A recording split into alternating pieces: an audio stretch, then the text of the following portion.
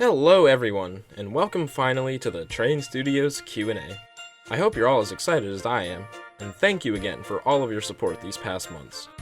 We've got some interesting questions to look forward to, so without further ado, let's get into it. Starting off, Connor F asks, what are your main influences for making videos? Well, the main thing that influences me to make these videos is really just my love for Thomas and Friends. I've known the characters for many years, and I think it's just really fun to test my creativity by writing adventures about them, and seeing what I can come up with. Oliver Duck Productions and LNERA3 Productions asks, who/what inspired you to make videos? Again, this is a personal interest sort of thing.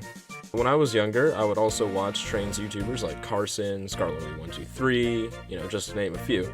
And obviously I was invested in the Thomas-related stuff that they were doing, but it was also really interesting to see how these talented model makers could make all this stuff in this Trainz computer game for, at the time, it was really something.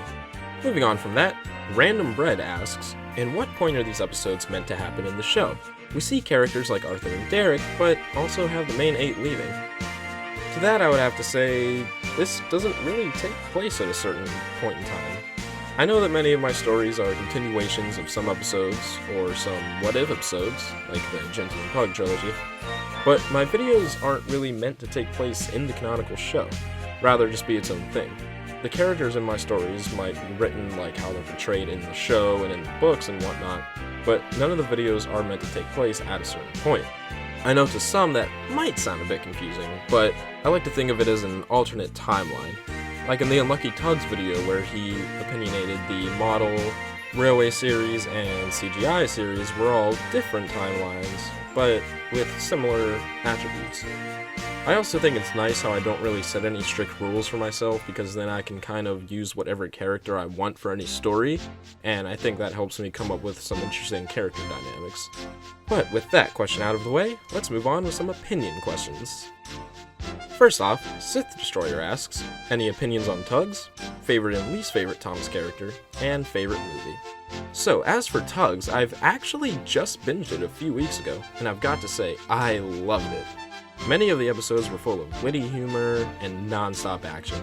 I think personally my favorite episode is Trapped. I just love all the character dynamics in it. I gotta say, a kid's show is good whenever a college student watches it for the first time and is immediately hooked. Like, I showed it to my one friend who has never seen Thomas or Tugs, and they even said it was a good show. They said their favorite character was Top Hat, and I have to agree with that. Now then, for my favorite and least favorite Thomas characters, let's start with my least favorite.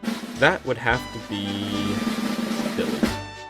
Why Billy specifically? Well, 1, he's literally the train version of Annoying Orange, and 2, Billy is in that category of engines that I guess the Fat Controller just sort of bought, really for no reason, like Neville and Dennis and whatnot.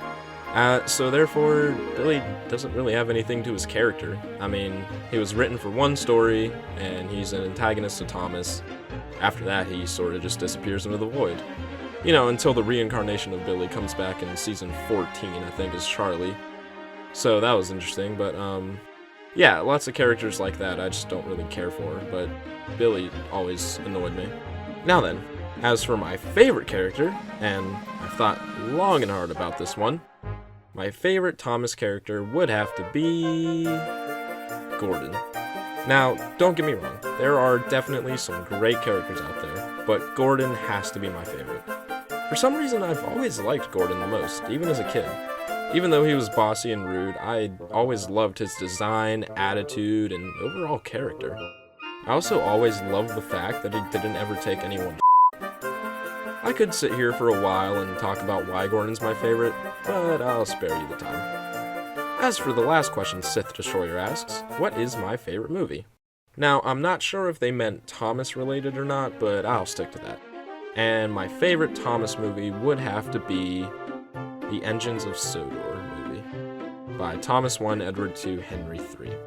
Now, I know this isn't an official Thomas movie, but I've seen this thing so many times, and every time I rewatch it, I love it.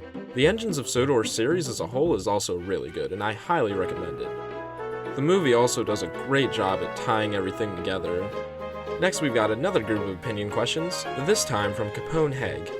And they ask, favorite piece of rolling stock? Will you ever do a face reveal? And PB or J? So my favorite piece of rolling stock would have to be none other than the Troublesome trucks, specifically the 7-plank ones. I always like the design of these little guys, and even though there's so many, it's really interesting whenever trucks are involved in an episode, because you never really know what they're gonna do next. Gotta love them. Secondly, will I ever do a face reveal? And the answer is, that's for me to know and you to find out. And lastly, PB or J? I'd have to say both, for one simply cannot exist without the other. Supersonic Style asks, how good of a synchro summoner is Oliver the Great Western Engine?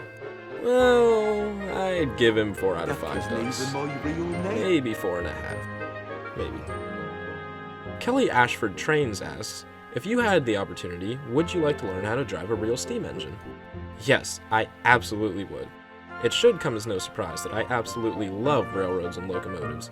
Ever since I was young, I wanted to learn how the iron horses worked, ran, and hoped one day I'd be flying along the line in an engine's cab. Sorry, daydreaming again. Anyways, moving on. Lauren L. asks, have you ever considered making a full-length movie for the channel? Indeed I have. I've actually had several ideas brewing up, most of which I'm sure others have thought of. Some of my ideas included a Goran Goes Forum movie, relating very little to the actual story, and a Magic Railroad remake. You know, the usual. Bluebells fan asks, what made you start YouTube? Other shows you like? Best season of Thomas? What more do you have planned? And how long have you liked Thomas? So to answer the first question, I'd have to give the same answers I did before. Other YouTubers inspiring me, and my overall love for the series brought me to this point. For question number 2, I don't really watch too much TV. I really do like Kitchen Nightmares though. It's fun to watch Chef Ramsay fix the mess people have gotten into. Best season of Thomas? Winter. Now, my answer for question 4 would be, I'm not really sure. I originally wrote my own stories just for fun, not intending to share them, but one day I saw Trainz was on sale, and I figured, why not try to make these stories a reality, in a sense.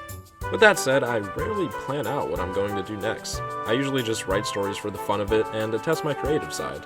For the 5th and final question from Bluebells fan, I've liked Thomas as long as I can remember. I remember my grandma told me a story that one time when I was a baby, she was making me something to eat, and I was impatient.